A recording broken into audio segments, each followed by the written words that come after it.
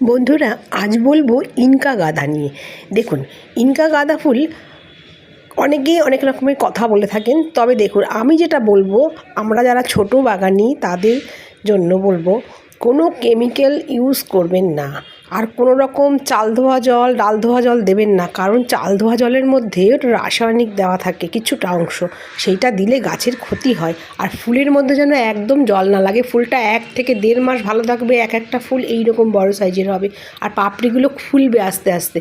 ফুলে জল দেবেন না, গাছের গোড়ায় জল দেবেন। গাছ শুকিয়ে গেলেই গাছে জল দেবেন। গাছে যেন সবসময় মাটিতে যেন ময়েশ্চার থাকে। আর চেষ্টা করবেন ফুল সানলাইটে রাখা, ঘুরিয়ে দেবেন সকালবেলায়, যেখানে রোদ পড়ে সেখানে দেবেন। যাদের রোদ কম পড়ে ব্যালকনি থেকে ঘুরিয়ে দেবেন। ধরুন ব্যালকনিতে আপনার গাছটা আছে, হয়তো রোদটা সরে গেছে, আপনি ঘুরিয়ে ঘুরিয়ে দেবেন। আর দেখুন, প্রত্যেকটা কুঁড়ি এইভাবে সুন্দর ফুটবে, অনেক দিন পর্যন্ত থাকবে। এইভাবে আমার চ্যানেলটা সাবস্ক্রাইব করবেন, দেখবেন।